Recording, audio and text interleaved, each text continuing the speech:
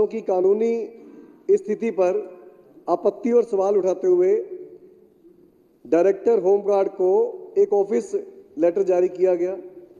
17 जून 2015 को उनको निर्देश दिए गए मंत्री जी की तरफ से कि दिल्ली की बसों में 4000 होमगार्ड की भर्ती की जाए, पर 18 जून को कहते हैं कि हम 4000 नहीं दे सकते, हम 2000 ही दे पाएंगे। फिर दिल्ली के सीएम साहब एक मीटिंग करते हैं और कहते हैं कि दिल्ली के लोगों की जो बसों के अंदर सुरक्षा है वो बहुत ज़रूरी है। तो उस मीटिंग के अंदर वो कोई अल्टरनेट व्यवस्था खोजते हैं कि चलो सिविल डिफेंस के जो वॉलंटियर्स हैं उनको क्यों ना इनरोल कर दिया जाए। सिविल डिफेंस वॉलंटियर्स की अगर बात करूं स्पीकर साहब, तो ये वो वॉलंटियर्स हैं जब कोविड का दौर चल रहा था तो उस दौर के अंदर घरों के अंदर जो लोग थे कोविड के मरीज, उनको खाना पहुंचाने से लेकर वैक्सीनेशन के दौर में जब लोग खुल के बाहर निकलते थे तब तक सारी ड्यूटीज इन सिविल डिफेंस वॉलंटियर्स ने बखूबी निभाई है। इसके बाद लगातार ये सिलसिला चलता गया स्पीकर साहब, आगे बढ़ता गया। फिर एक बार इनकी तरफ से बोल दिया जाता है कि बसों के अंदर तो पैनिक बटन भी लगे हैं और सीसीटीवी कैमरा भी लगे हैं। सीसीटीवी कैमरा का अपना रोल है स्पीकर साहब और पैनिक बटन का अपना रोल है। ये बाद में क्राइम कंट्रोल करने में तो सीसीटीवी कैमरा सहायक हो सकता है, पर उससे क्राइम रोका नहीं जा सकता। स्पीकर साहब, मैं अपनी बात चर्चा की शुरुआत में 3 पॉइंट्स पे लाके कंक्लूड करना चाहता हूं कि 2015 से लेकर 2022 तक ये स्कीम चली। अब ये कोई 1968 सिविल डिफेंस एक्ट का हवाला दे रहे हैं कि सिविल डिफेंस एक्ट के तहत तो इनको सिर्फ आपदा में यूज किया जा सकता है, और इस बहाने से इन्होंने एलजी साहब ने रेवेन्यू सेक्रेटरी के माध्यम से इनकी सेवाओं को समाप्त कर दिया बीजेपी के इशारों पर। अब स्पीकर साहब, मैं एक चीज पूछना चाहता हूं, अगर ये योजना अवैध थी तो 7 साल कैसे चल गई? इसी सदन से हर साल बजट भी पास हुआ, और अगर वैध है तो आप क्यों बहाना मार रहे हैं कि इसको तो कैबिनेट की मंजूरी चाहिए, इसको तो कैबिनेट से पास होना चाहिए? अगर ये अवैध है तो आप उनके ऊपर क्यों नहीं कार्रवाई कर रहे 7 साल तक जिन अफसरों ने बजट पास किया, और वैध है तो इसको फिर आप लागू क्यों नहीं होने देते? स्पीकर साहब, ये कि किस प्रकार से दशकों से महिलाएं डीटीसी की बसों में उत्पीड़न और बुरे बर्ताव का शिकार होती रहती थी और इन बसों में सफर करने में सुरक्षित महसूस नहीं करती थी। इसके दृष्टिगत दिल्ली के मुख्यमंत्री माननीय अरविंद केजरीवाल जी ने वर्ष 2015 से दिल्ली परिवहन निगम की बसों में मार्शलों को तैनात करके महिलाओं के लिए यात्रा को सुरक्षित और सम्मानजनक बनाया, जिसके लिए सदन उनका हार्दिक आभार व्यक्त करता है। मार्शलों की तैनाती होने से बसों में बच्चों, महिलाओं, बुजुर्गों के साथ होने वाली हिंसा, अपराध और अपमानजनक हरकतों पर रोक लग गई। दिल्ली परिवहन निगम और क्लस्टर बसों में तैनात किए गए इन 8000 से भी ज़्यादा मार्शलों में से लगभग 4000 होमगार्ड्स, 3600 सिविल डिफेंस वॉलंटियर्स और लगभग 400 पूर्व सैनिक थे। आश्चर्यजनक रूप से जनवरी 2023 से ही वित्त विभाग और राजस्व विभाग के अधिकारी सिविल डिफेंस वॉलंटियर्स की बसों में तैनाती पर आपत्ति जताने लगे और अप्रैल 2023 से दिल्ली सरकार के परिवहन मंत्री और वित्त मंत्री के स्पष्ट निर्देशों के बावजूद इन सिविल डिफेंस वॉलंटियर्स के वेतन का भुगतान रोक दिया गया और परिवहन विभाग ने भी वर्ष मार्शलों की तैनाती की जरूरत पर आपत्ति लगाना शुरू कर दिया। अध्यक्ष महोदय, जबकि सरदार जर्नैल सिंह जी के द्वारा नियम 54 के तहत सिविल डिफेंस वॉलंटियर्स, या ये कहिए कि बस मार्शल्स का मामला उठाया है। सिविल डिफेंस वॉलंटियर्स की बहाली हो, मैं इसके पक्ष में हूं। भाजपा विधायक दल ने अपनी राय उनके पक्ष में व्यक्त की है। आदरणीय अध्यक्ष महोदय, लंबे समय से ये मार्शल्स दिल्ली सरकार के सेक्रेटेरिएट पर धरना लगाकर बैठे हैं। मुझे जानकारी भी मिली है कुछ मार्शल्स की मृत्यु हो गई, उनके परिवार बहुत संकट में है। लेकिन मैं आज आपके माध्यम से दिल्ली के माननीय मुख्यमंत्री जी से जरूर जानना चाहता हूं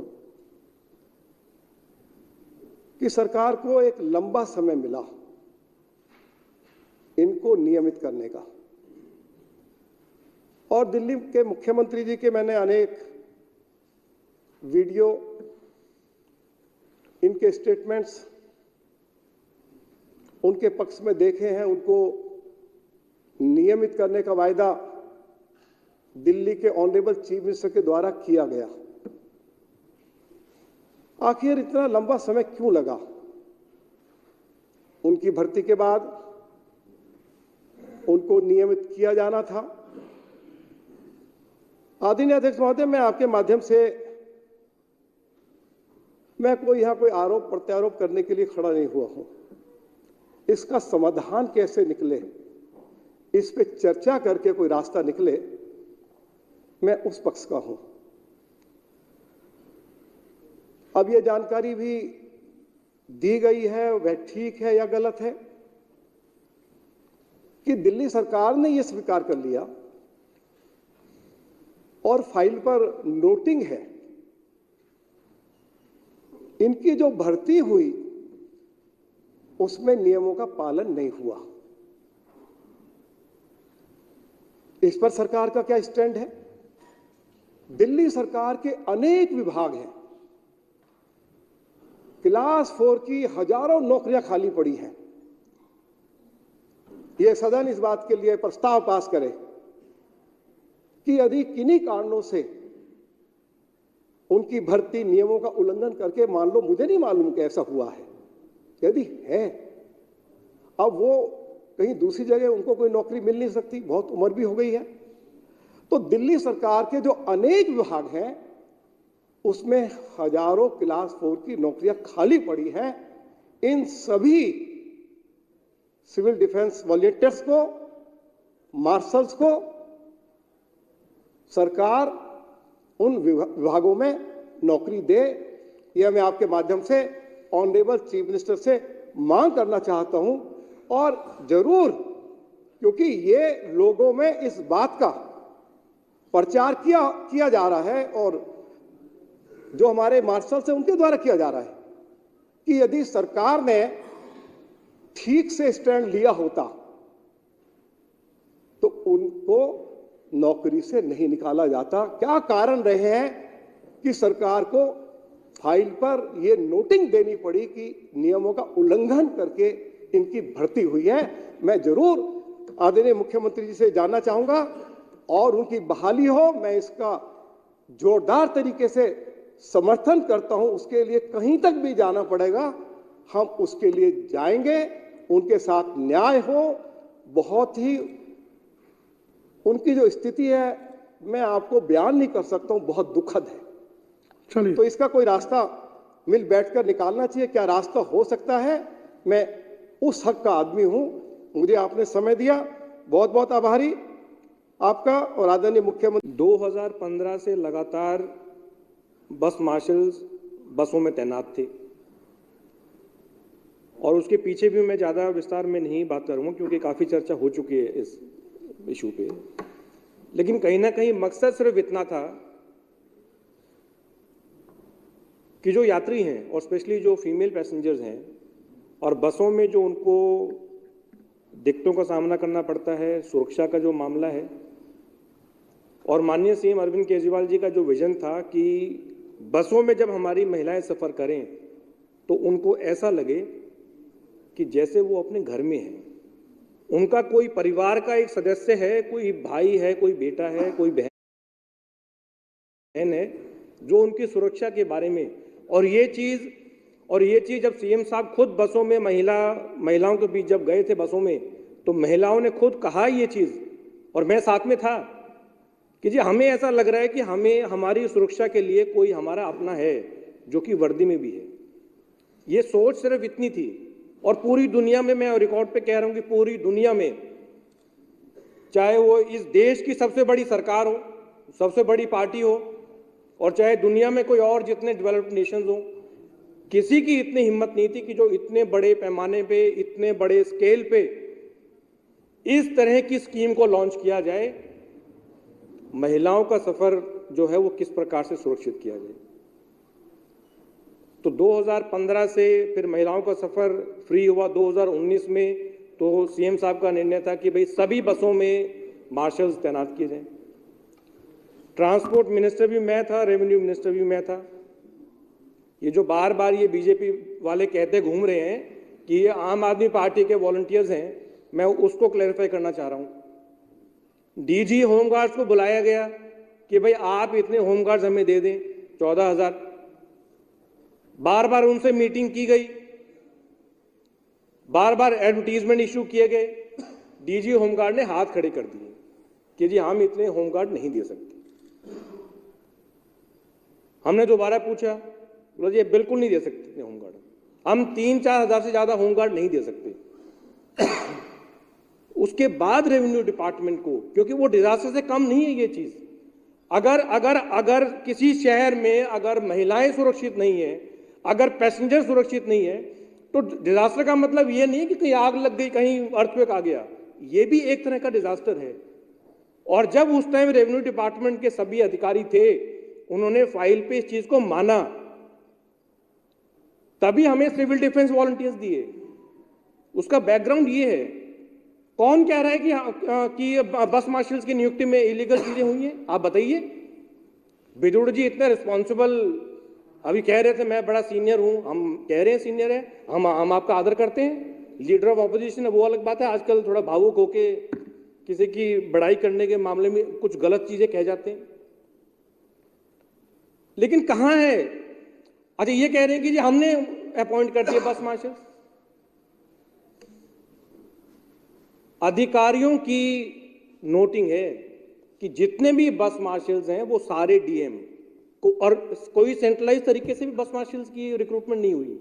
और बाकायदा उनके पैरामीटर्स थे, बाकायदा उनके पैरामीटर्स थे बस मार्शल्स के। ऐसा नहीं है कि कोई भी आया और उसको ले लिया गया। उनके बाकायदा पैरामीटर्स थे बस मार्शल्स के कि भाई हाइट इतनी होगी, 165 सेंटीमीटर मेल की है, 150 सेंटीमीटर फीमेल की है, कम से कम 8वीं क्लास वो पास होने चाहिए, अपर एज लिमिट 50, ये मेडिकल सर्टिफिकेट होगा, मिनिमम 1 ईयर की ऐसी कंडीशन होगी, वुमेन कैंडिडेट्स भी अप्लाई किए जाएंगे। तो ये सारी चीजें फाइल में, उसके बाद डिसेंट्रलाइज तरीके से इनका सिलेक्शन हुआ।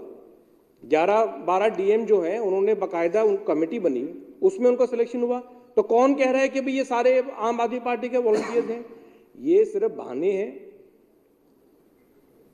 उनको कोई ना कोई रास्ता निकालना था कि किस प्रकार से एक जो स्कीम अरविंद केजरीवाल जी लॉन्च की, और ये तो बार बार हम कह रहे हैं कि बीजेपी वाले जो हैं वो, उनको महिला सुरक्षा से कोई मतलब है नहीं।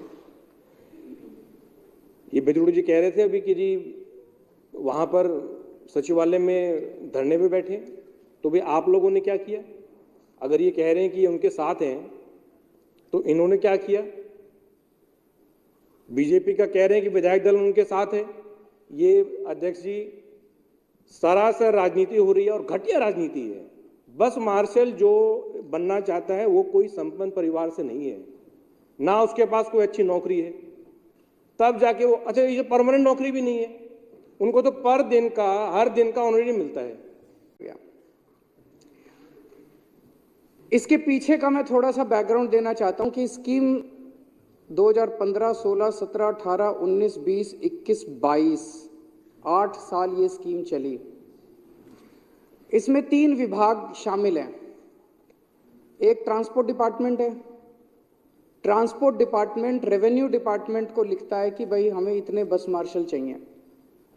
रेवेन्यू डिपार्टमेंट उसके आधार पे सिविल डिफेंस वॉलंटियर्स की भर्ती निकालता है और उनको रिक्रूटमेंट करता है, और फाइनेंस डिपार्टमेंट जो है वो उसकी पेमेंट करता है। तो 3 डिपार्टमेंट हैं। 2015 से 2022 तक ये तीनों डिपार्टमेंट शांतिपूर्वक हर साल ट्रांसपोर्ट डिपार्टमेंट लिखता था हमें इतने बस मार्शल चाहिए, कोई दिक्कत नहीं। रेवेन्यू डिपार्टमेंट उतने सिविल डिफेंस वॉलंटियर्स की भर्ती करता था, कोई दिक्कत नहीं। फाइनेंस डिपार्टमेंट उनकी पेमेंट करता था, कोई दिक्कत नहीं। 2023 के शुरू से अचानक तीनों डिपार्टमेंट्स ने अपना रुख, अफसर वही थे, अफसर नहीं बदले, कई कई वहाँ जो अफसर हैं वो तो 3-3, 4-4 साल से मौजूद थे। अचानक उन्हीं अफसरों ने अपना लिखना बदलना चालू कर दिया, फाइल पे लिखना चालू कर दिया, सिविल डिफेंस वॉलंटियर्स का ये काम नहीं है। 7 साल 8 साल तक था काम, अचानक उन तीनों ने, इन्होंने, रेवेन्यू वालों ने भी, फाइनेंस वालों ने भी, और ट्रांसपोर्ट कमिश्नर तो अगस्त तक लिखता रहा कि भाई मेरे को बस मार्शल दो, मेरे को बस मार्शल दो, इनकी पेमेंट करो, पुरानी पेमेंट करो, कई दिनों से तनख्वाह नहीं दे रखी। अगस्त में अचानक उस कमिश्नर ट्रांसपोर्ट ने, जो कि 3-4 साल से था, ये कमिश्नर ट्रांसपोर्ट आशीष कुंद्रा 3-4 साल से कमिश्नर था, हर साल वो रिक्विजिशन करता आ रहा है। अचानक अगस्त 2023 में क्या हो गया? एलजी साहब ने उनको, हमने पूछा अफसरों से क्या हो गया, एलजी साहब ने उनको बुलाया और उनको धमकाया कि अगर तुमने ये स्कीम बंद नहीं की तो तुमको सस्पेंड कर दूंगा, तुमको जेल भेज दूंगा, ईडी छोड़ दूंगा तुम्हारे पीछे, सीबीआई छोड़ दूंगा, तुमको जेल भेज दूंगा। ये इसके पीछे की कहानी है। अफसर रो रहे हैं। ऐसा कैसे हो सकता है कि जो अफसर 4 साल से रिक्विजिशन कर रहा था, अचानक उसका एक दिन सपना आया और उसे सपने में सिविल डिफेंस वॉलंटियर एक्ट दिखाई दिया और एक्ट में वो धारा दिखाई दी कि ये काम नहीं कर सकते। ऐसे थोड़ी है, बेवकूफ बना रहे हो हमको, पूरी दुनिया बेवकूफ है, सारे देश के लोग बेवकूफ है, तुम ही सियाने हो। उनको बुला बुला के धमकाया गया, ये स्कीम बंद करवाई गई। क्यों? क्योंकि ये स्कीम महिलाओं के अंदर बहुत पॉपुलर थी। दिल्ली के बस में ट्रैवल करने वाले लोगों को ये, जैसे अभी कैलाश गहलोत ने इन्होंने बताया कि उनको ये लगता था कि हमारा अपना आदमी वर्दी में बैठा है, ये हमारी सुरक्षा करेगा, और इस तरह से ये स्कीम बंद करवाई गई। अध्यक्ष महोदय, मेरे को जब पता चला, और सितंबर में, अगस्त और सितंबर में मैंने कागज देखे हैं, मंत्री जी ने, रेवेन्यू मिनिस्टर ने, फाइनेंस मिनिस्टर ने अधिकारियों के साथ मीटिंग्स ली, मिनट्स ऑफ मीटिंग है, मिनट्स ऑफ मीटिंग में कहा गया कि यह स्कीम बंद नहीं होनी चाहिए। लिखित में आदेश दिए गए कि स्कीम बंद, लेकिन एलजी तो सारे डरते हैं, एलजी तो किसी को भी जेल भेज सकता है, एलजी तो किसी को भी सस्पेंड कर सकता है, बड़ा पावरफुल आदमी है, किसी को भी कुछ भी कर दे, तो एलजी से सारे डरते हैं। जब मेरे को पता चला, मैं एलजी साहब से मिलने गया, मैंने कहा सर ये क्या हो रहा है, मैं सुन रहा हूँ कि आप सिविल डिफेंस वॉलंटियर्स को, इनको हटाने की वो कर रहे हो। तो उन्होंने कहा कि अरविंद जी देखो, अब बसों के अंदर तो सीसीटीवी कैमरे भी लगे हुए हैं और ये पैनिक बटन भी है, क्या जरूरत है बस मार्शल्स की, हम 280 करोड़ रुपए इनके ऊपर खर्च कर रहे हैं। मैंने कहा सर मेरे लोग हैं दिल्ली के 2 करोड़ लोग, मैं 280 तो क्या 2080 भी करूंगा खर्च, मेरी मर्जी। मेरे को लोगों ने चुन के भेजा है, आपको तो चुन के नहीं भेजा, मेरे को लोगों ने चुन के भेजा है। मैं अपने लोगों की सुरक्षा के लिए 280 क्या 2800 करोड़ रुपए खर्च करूंगा। आप कौन होते हैं इसको रोकने वाले? आप तो नहीं रोक सकते। और मैंने कहा अगर सीसीटीवी कैमरे और पैनिक बटन से ही हो जाता, तो मैंने कहा सारे राजनिवास के चारों तरफ सीसीटीवी कैमरे तो लगे हुए हैं, पैनिक बटन और दीवारों पे लगा देते हैं, आपकी सुरक्षा हटा देते हैं। क्या जरूरत है आपकी सुरक्षा की? पूरी दिल्ली के अंदर तो सीसीटीवी कैमरे लगाई दिए, पैनिक बटन और लगा देते हैं, हर खंबे के ऊपर दिल्ली पुलिस भंग कर देते हैं। क्या जरूरत है? अरे layers and layers of security होती है किसी भी समाज के अंदर सुरक्षा की। एक लेयर ऑफ सिक्योरिटी बसों के अंदर है सीसीटीवी कैमरे की, एक लेयर ऑफ है पैनिक बटन की, एक है बस मार्शल की। कोई किसी के सामने पैनिक बटन आया और उसको ध्यान आ गया, वो पैनिक बटन दबा देगा। बाद में अगर अपराध को जांच करने के लिए सीसीटीवी कैमरे की जरूरत पड़ी, सीसीटीवी कैमरा। बस मार्शल किसी के सामने बैठा और कोई लड़की को छेड़ रहा है, वो बस मार्शल को कहे भैया इसको जरा सा रोको। हम layers and layers of security, तो उसको रोका कैसे जा सकता है? तो उन्होंने कहा ठीक है मैं नहीं रुकने दूंगा, और फिर उन्होंने फाइल के ऊपर आदेश कर दिया कि इनको हटा दिया जाए। जिस दिन ये अखबार के अंदर छपा था, मेरे को याद है जिस दिन उन्होंने आदेश किया था, 2 दिन पहले अखबार के अंदर छप गया था कि एलजी साहब रोकने वाले। मैंने फोन किया एलजी को, सवेरे सवेरे उठ के 8 बजे मैंने फोन किया, सर ये अखबारों में मैं क्या पढ़ रहा हूँ, आपने मेरे को प्रॉमिस किया था कि आप इनको नहीं हटाओगे, आप क्यों हटा रहे हो इनको? मैंने उसी दिन चिट्ठी लिखी, मैं कहीं और गया हुआ था उस दिन, मैंने वहां से चिट्ठी लिखी एलजी साहब को कि, और वो चिट्ठी एक चिट्ठी लिखी और 2 बार नोट भेजा है मैंने, एक मंत्री के थ्रू नोट भेजा है कि मौजूदा सिविल डिफेंस वॉलंटियर्स को नहीं हटाया जाना चाहिए, मौजूदा सिविल डिफेंस वॉलंटियर्स को कंटिन्यू रखिए। और जब तक वो कह रहे थे कि नहीं हम होमगार्ड करेंगे, मैंने कहा ठीक है जब तक होमगार्ड नहीं आते तब तक इनको रख लो, और होमगार्ड इन्हीं को नियुक्त कर दो। होमगार्ड आपको कानूनी पेंच तो फंसाने हैं।